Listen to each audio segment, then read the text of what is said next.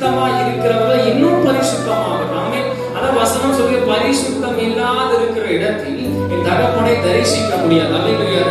சத்தமடையிலே சொல்லுங்க. ஆனா யோசுவா சொல்லுகிறார், நீங்க என்ன பண்ணுங்க, நீங்க ஜனங்கள் என்ன பண்ணுங்க, நீங்க பரிசுத்தமா இருங்க. தேவன் இப்பொழுது என்ன பண்ண போகிறார், உங்கள் மத்தியில பெரிய அற்புதங்களை செய்ய போகிறார். அல்லேலூயா.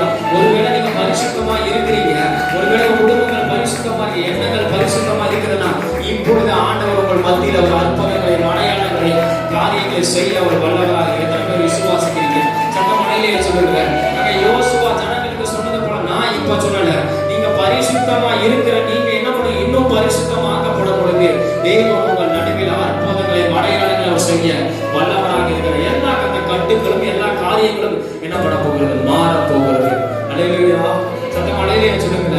ஆண்டவரை நமக்குள்ள வருவதற்கு, ஆண்டவரை ஏற்றுக்கொள்வதற்கு, ஆராதனைக்கு வருவதற்கு முன்பது என்ன பண்ணணும், நம்மளை பரிசுத்தப்படுத்த வேண்டும். ஆமென் சொல்லுங்க. நம்முடைய சிந்தனைகளை பரிசுத்த